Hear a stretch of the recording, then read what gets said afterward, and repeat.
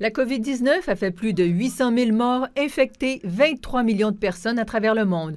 Le nombre de décès a doublé depuis le début juin. Les États-Unis demeurent le pays le plus touché, 175 000 morts, près de 6 millions de cas.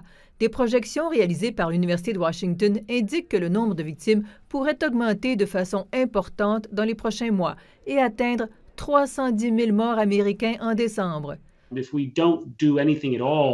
Si nous ne faisons rien, le nombre de morts pourrait être aussi élevé que 6 000 morts par jour, dit-il. La pandémie connaît une résurgence en Europe.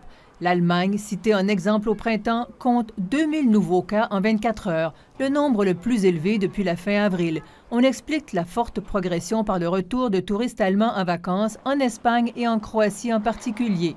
Et les écoles rouvrent progressivement leurs portes. À Berlin seulement, une quarantaine d'écoles ont dû mettre des élèves et des enseignants en quarantaine. Nous devons faire tout ce que nous pouvons pour stopper l'augmentation des cas, dit-il.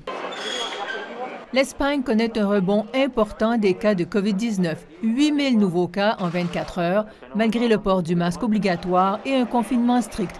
On multiplie les tests de dépistage, près de la capitale notamment. Nous voulons savoir pour être tranquille, dit cette femme. On verra, dit-il. Ma femme a passé du temps avec une amie qui était positive. À quelques semaines de la rentrée scolaire, le nombre de cas augmente aussi en France et en Italie. Pour la première fois depuis mai, l'Italie repasse la barre des 1000 cas en 24 heures. À Leipzig, quelques 1500 volontaires masqués et munis d'un appareil de traçage ont assisté à un concert intérieur. Une étude universitaire vise à déterminer si des événements culturels et sportifs peuvent être organisés de façon sécuritaire. L'Organisation mondiale de la santé espère en finir avec la pandémie de COVID-19 dans moins de 2 ans. André Ducharme, TVA Nouvelles.